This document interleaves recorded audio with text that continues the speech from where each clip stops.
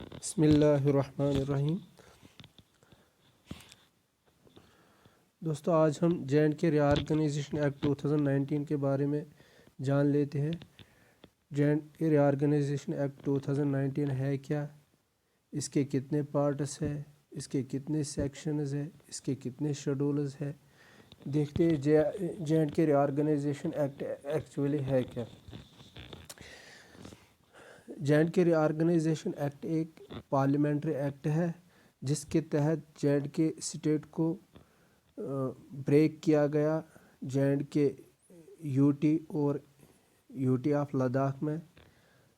اس کے بارے میں کہا گیا کہ جے اینڈ کے یو ٹی کیوں، جے اینڈ کے اسٹیٹ کو کیوں بریک کیا گیا جے اینڈ کے یو ٹی اور یو ٹی آف لداخ میں۔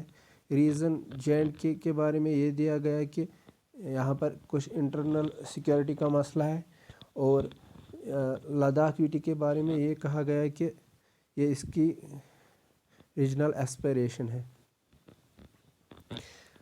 اچھا، پارلیمنٹ کو کون یہ طاقت دیتا ہے کہ یہ اسٹیٹس کو ری آرگنائز کرتا ہے؟ انڈین کانسٹیٹیوشن کا آرٹیکل 3 پارلیمنٹ کو یہ پاور دیتا ہے کہ وہ اسٹیٹس کو ری آرگنائز کر سکتا ہے۔ اسٹیٹس کو ری آرگنائز کرنے کا کیا مطلب ہے؟ اسٹیٹس کی ایریا کو بڑھانا، اسٹیٹس کی ایریا کو گھٹانا، اسٹیٹس کو بریک کرنا یوٹیز میں، یا یوٹیز کو مرج کرنا اسٹیٹس میں۔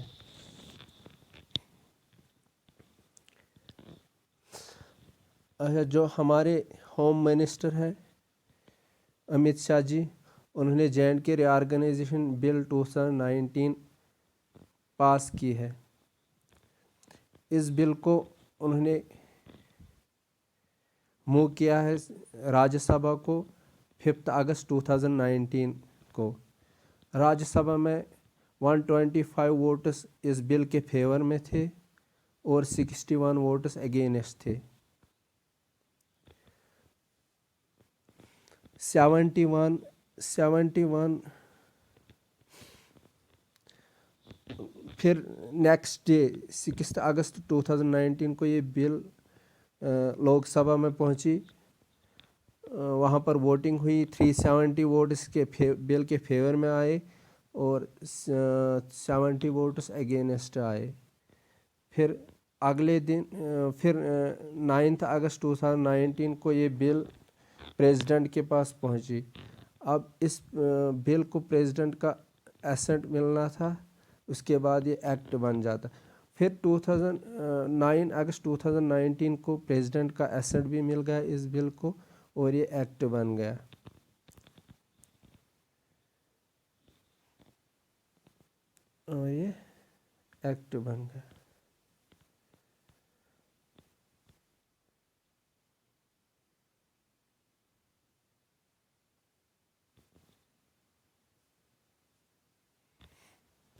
یہ بل کب انفورس ہو گئی؟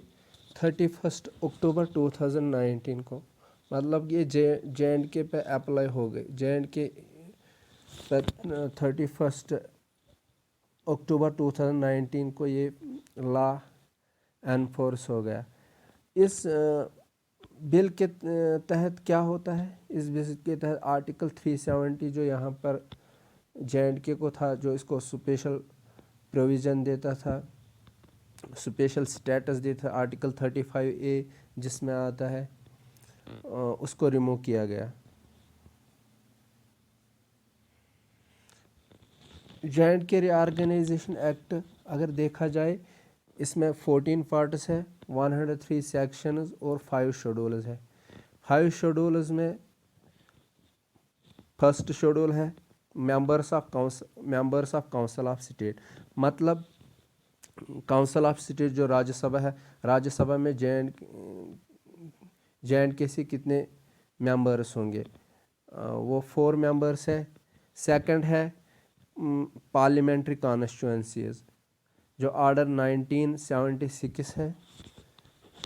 پارلیمنٹری کانسٹیچوئنسیز میں ٹوٹل سیٹس جے اینڈ کے لیے ہے، ٹوٹل سیٹس 6 ہے، اس میں سے 5 جے اینڈ کے لیے اور ایک سیٹ لداخ کے لیے ہے. اگر ہم پارلیمنٹ کانسٹیچوئنسیز کی بات کریں, کون کون سی پارلیمنٹری کانسٹیچوئنسیز ہے, ان میں سے بارہمولہ آتا ہے, سری نگر آتا ہے, اننت ناگ آتا ہے, ادھم پور آتا ہے, جموں آتا ہے, اور ایک سیٹ لداخ کے لیے ہے. تھرڈ شیڈول جو ہے وہ اسمبلی کانسٹیچوئنسیز کے بارے میں بات کرتا ہے. اسمبلی کانسٹیچوئن مطلب لیجسلیٹو اسمبلی میں جے اینڈ کے یو ٹی کے لیے 107 سیٹس ہے. اس میں 24 سیٹس ویکنٹ رہتی ہے پی او کے لیے, جو پاکستان ایڈمنسٹریٹ کشمیر ہے, اس وقت وہ پاکستان کے انڈر ہے. فورتھ شیڈول جو ہے وہ اوتھ اور ایفرمیشن, اس میں سے MLAs, ministers etcetera کا اوتھ اور ایفرمیشن آتا ہے. اور ففتھ شیڈول یہ سینٹرل اینڈ اسٹیٹ لاز کے لیے ہے. اس میں سے سینٹرل اور اسٹیٹ لاز مطلب کون کون سے سینٹرل لاز اپلیکیبل ہے U T of J and کے اور یو ٹی آف لداخ کے لیے, کون سے لاز اپلیکیبل نہیں ہے اسٹیٹ لاز, اور نئے لاز کون سے اپلیکیبل ہے. ٹھیک ہے,